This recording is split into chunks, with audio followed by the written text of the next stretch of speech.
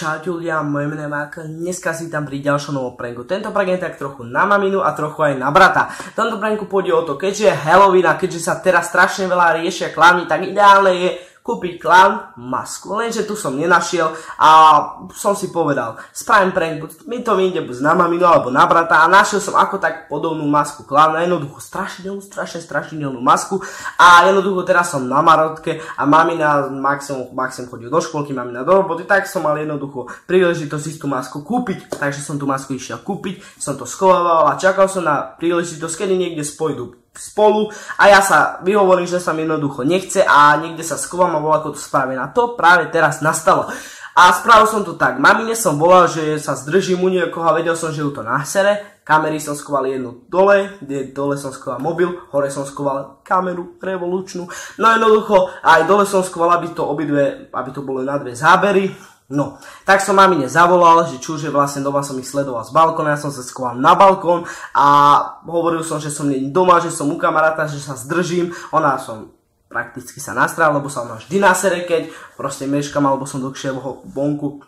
No a potom som sa schoval pod posteľ, mal som už tú masku a mal som aj balón a ihlu, aby som to praskol, aby sa niekto naplašil.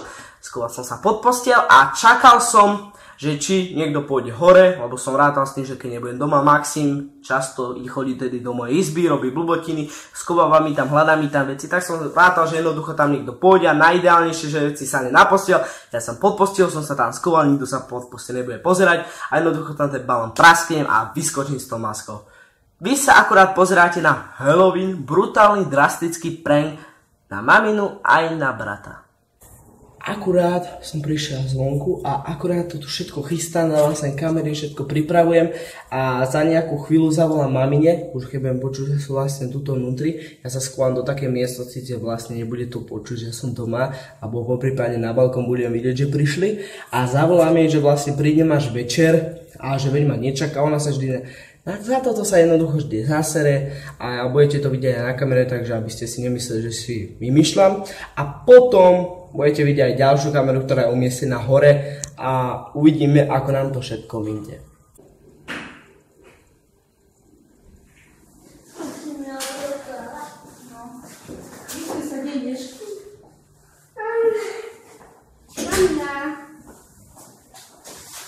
Akože vyzmi sa tu. Vyzmi to stále.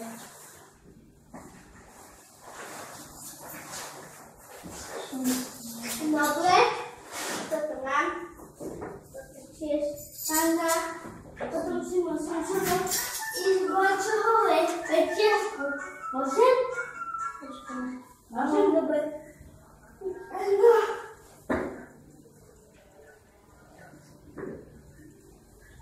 Dobre, idem.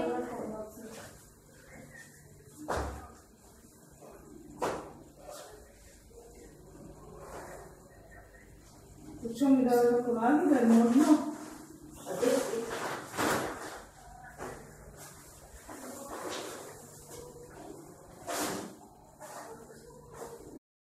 Ja teraz si musím láhnuť sem pod posteľ. To bol taký najlepšia skrýša, kde proste ma jednoducho neuvidí, lebo pod posteľ sa nikdy nepozerá. A verím tomu, že určite si niečo pôjde zobrať do izby. A vždy, keď som nie doma, tak mi ľahšuje v izbách, pozerá mi reťazky a tak proste mi pozerá. A jednoducho verím tomu, že si dúfa, že sa na posteľ a ja tej chvíle musím ešte trošku počkať, aby to nebolo úplne napadné a vyskočím. Mama, kedy budeme môcť dojít ešte spievku?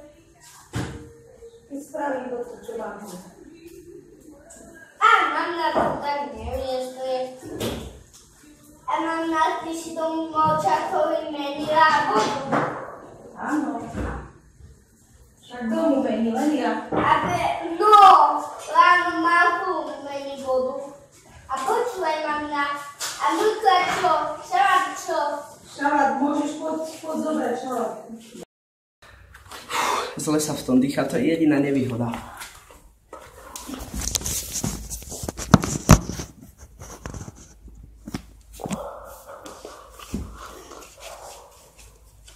Však budem ti volať, ale veď teraz som len prišla, bože.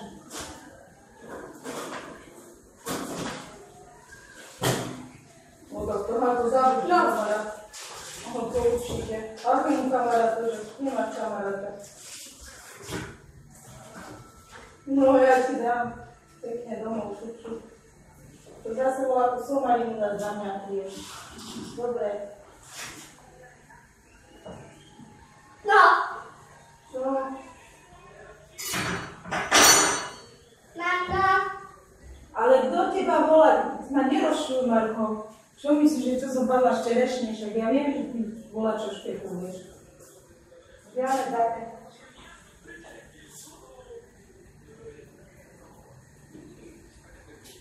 To s kým sa zase takto rozprávať, Marko? Akože neprídeš? Ťahaj domov, teraz už aj. Ma začne rozčúvať.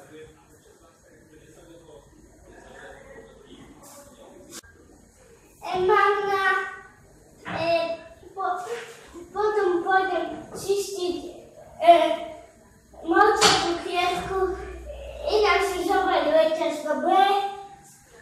Dobre, mama.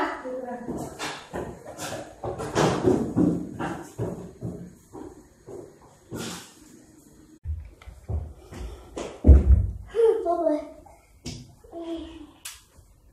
Kde je tá večerska, kde? Kde som mi ja plendu hádala? Tu je, puste mi, dobre. No. Ešte tu má, ako. Čo tu kúcha?